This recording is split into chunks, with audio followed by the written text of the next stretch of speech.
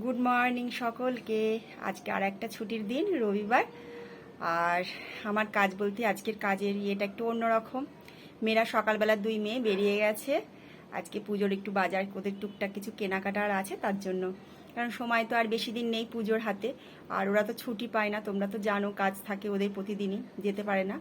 তাই বললো যে মা আমরা আজকে দুই বোনে বেরোই একটুখানি, আর রেস্টুরেন্টে খাওয়া দাওয়া করেই একবারে ফিরবে। আর এলাম ঘরে, তাহলে আমি একা বসে কী করবো? আর তোমাদের দাদা তো আগের দিনই চলে গেছে ওই বাড়িতে, আর আমি এখন যাব।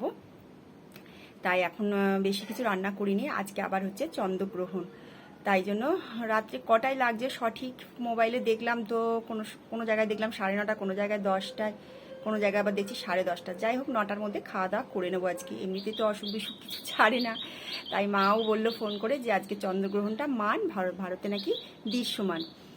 তার জন্য বেশি কিছু রান্নাবান্না আজকে করিনি। ডিমের ঝোল হচ্ছে করা হয়ে গেছে, তোমাদের চলো একটু দেখায়। এই দেখো, এদিকে ডিমের ঝোলটা আমার হয়ে গেছে। আজকে যেহেতু সপ্তাহের শেষ, কোনো কিছু বাজার সেরকম নেই, আর বাজারটা করাও হয়নি সপ্তাহে। তোমাদের দাদাও ওখানে চলে গেল, আর হয়নি। তাই ঘরে ডিম ছিল, একটু আলু ছিল, একটা আলু ছিল, আর পটল যা ছিল তাই দিয়ে একটু ডিমের ঝোল করলাম। আর এখানে হচ্ছে ঝিঙে ছিল কতগুলো, ঝিঙে বাটা বসিয়েছি, একটু রসুন দিয়ে একটু ঝিঙে বাটা বসিয়েছি। আর হচ্ছে প্রেসারে আমার ভাতও করেছি একটু। আর ডাল টাল কিছু করব না, কারণ যদি থেকে যায় সেটা তো ফেলেই দিতে হবে, তাই জন্য কিছু করিনি। আর একটুখানি ডিমের ঝোল আর হচ্ছে ভাত আমি নিয়ে যাব ওই বাড়িতে। ওই বাড়িতে তো আমার কোনো কিছু ব্যবস্থা নেই, এমনি সবই আছে, ওভেন, গ্যাস, বাসন সবই আছে, কিন্তু রান্নাবান্নার যেহেতু কিছু আয়োজন নেই একবেলার জন্য, আর কিছু করব না। এখান থেকে একটু ডিমের ঝোল ভাত দুপুরের জন্য নিয়ে যাব। তাই ভাবলাম বাড়িতে বসে কি করব, তাই ওখানেই চলে যাব। তোমরা তাহলে কেমন আছো? আশা করি সবাই খুব ভালো আছো। আরও একটা নতুন ভিডিওতে তোমাদের অনেক অনেক স্বাগত।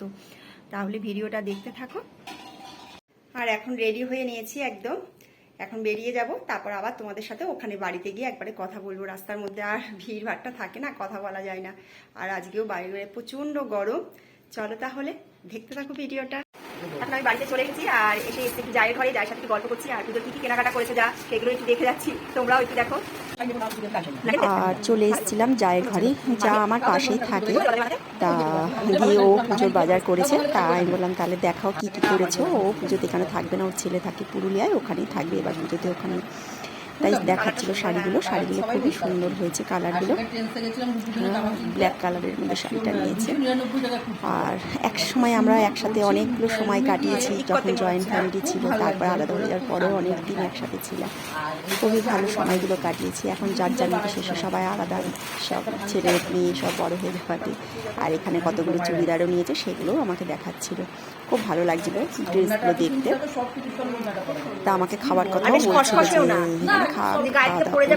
তা আমি বললাম যে না, আমি তো খাবার নিয়ে এসেছি, আর এখন খাওয়া দাওয়া করতে পারবো না। তা যাই হোক, ড্রেসগুলো কেমন হয়েছে তোমরা বলো। অনেকগুলো ড্রেস কিনেছে পরার জন্য, আর তো চুড়িদারটা তো লাগেই যাতায়াত করতে সবারই, সেই জন্যই আরও নিয়েছে, আর শাড়িও নিয়েছে তার সাথে। আর এই যে ঘরে চলে এসেছি ভাত নিয়ে। আজকে তো যা রান্না করেছি তোমাদের দেখালে, আমি বাড়িতে ফ্ল্যাটে যা রান্না করেছি, আর সেটাই এখানে নিয়েছি। বিছনায় বসে খাচ্ছি বলে তোমরা কিছু মনে করো না, কারণ নিচে সব ধুলো আছে, তাই মা বিছনায় বসেতেই খাচ্ছি। আর জায়ের ঘরে গেছিলাম, জায়ের পুজোর জিনিসগুলো দেখালো, ভালো লাগলো দেখতে। তোমরাও বলো কেমন লেগেছে জিনিসগুলো।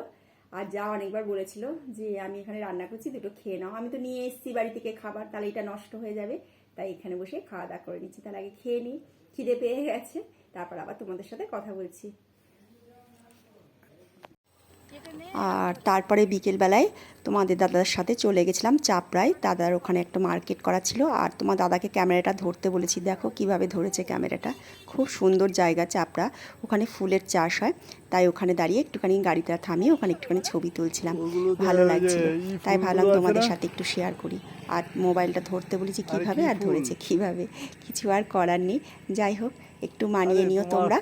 একটু এইভাবেই ছবিগুলো তুলছিলাম। আর খুবই সুন্দর, ওখানে ফুলের চাষ হয়, রজনীগন্ধার চাষ হয়, তারপর গাঁদা ফুলের চাষ হয়। শীতের দিনে তো প্রচুর ফুলের বাহার, খুব ভালো লাগে। অনেকে ওখানে যায় ফটোশ্যুট করতে, খুব ভালো একটা জায়গা, অনেকটা ভেতরে। না, যেগুলো চুলে টুলে বাঁধে।